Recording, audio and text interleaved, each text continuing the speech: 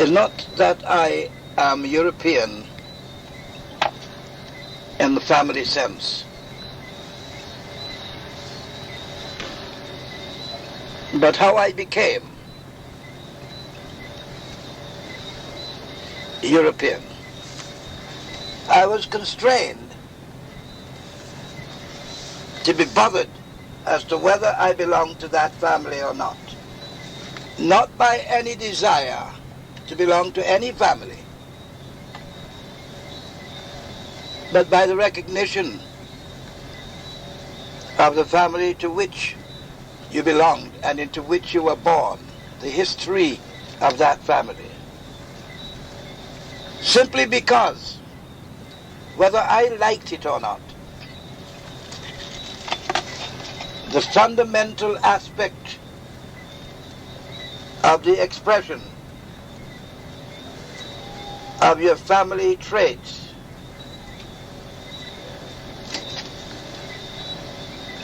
were always showing in my relationship with other people.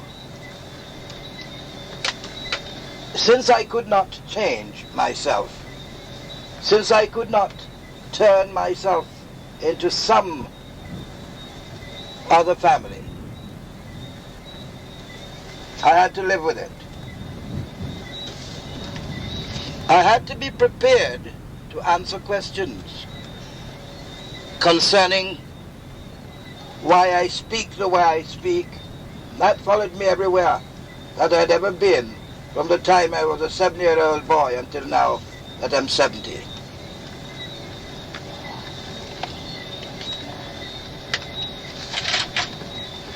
Why do you see things in a particular way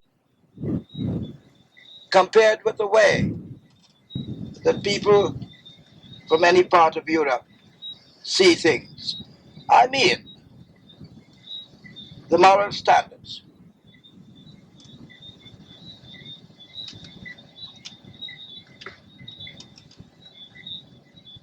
Why do you hear sounds in a particular way? And why do you appreciate certain sounds? You see, whether we like it,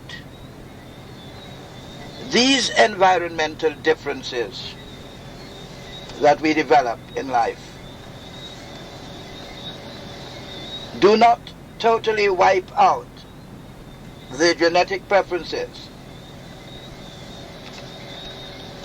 but might rather blend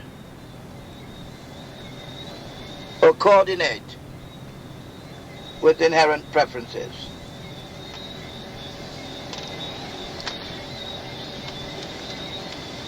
What I have discovered, that slight difference of expression between me and the type of European people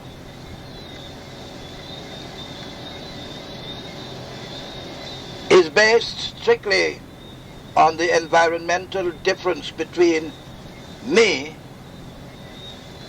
being born, bred and born, on 17 degrees north of the equator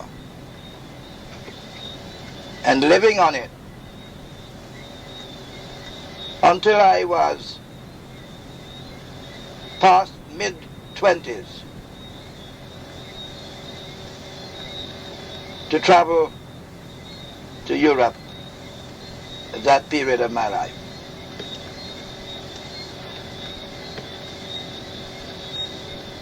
If I were to have thought that I would have felt strange being in Europe,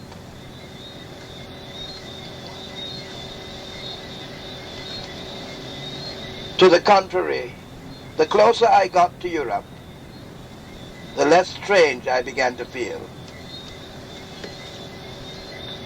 Because the closer I got to Europe, the more likely my traveling European companions were to stick close to me or to allow me to stick close to them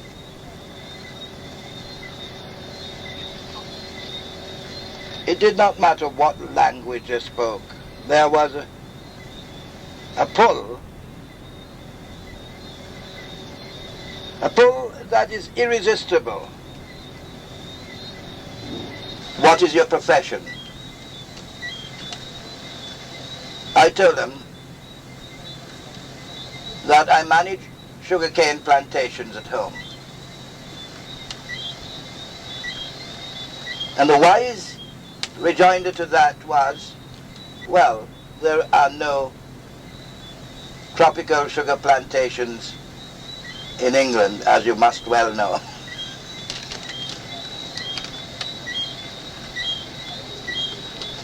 I said, well, I manage them. It doesn't mean that I should always be managing a sugarcane plantation.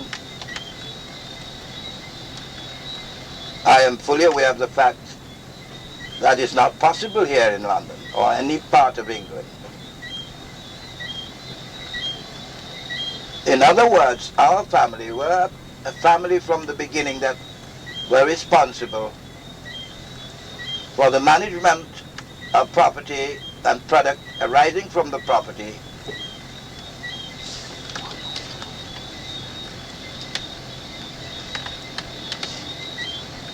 wherever they were, and they were quite an international family. An interclimatic family. An international, universal family. My grandmother asked me such a question seriously. She said, Frank, everybody is telling me how well you're doing. But for whom are you really working? Do you know, Frank, that those estates belong to your ancestors?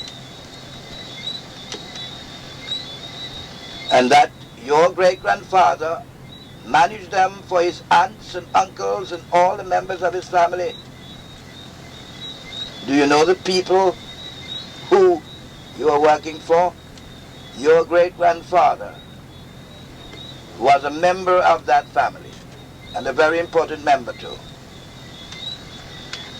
Thus I went to Europe equipped with the experience and knowledge of whom I am already,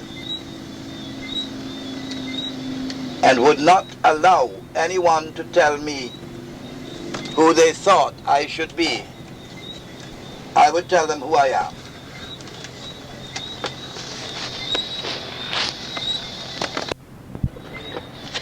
In this way I could protect my family, protect its integrity, protect its honor.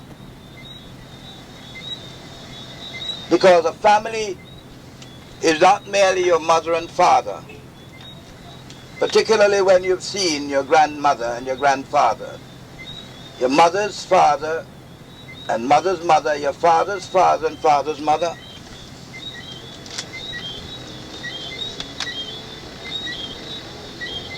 And you've heard so much about your grandparents' parent. You might as well go along that long journey backwards until you cannot find them. And why I am concerned with the ecology of European people. And this would mean that whether an environmental acceptance of where the people are, who are not bred and born in this country, shall be the key to coexistence. No matter who's going to tell you, oh, you're a bright one for a white man or a black man, depending on the environment. It is obvious that you're not born in the said branch of the family, but you belong to the family of your ancestors. And if your ancestors belong to their family, or to the family of their ancestors, you're not trespassing on foreign ground to be able to correspond.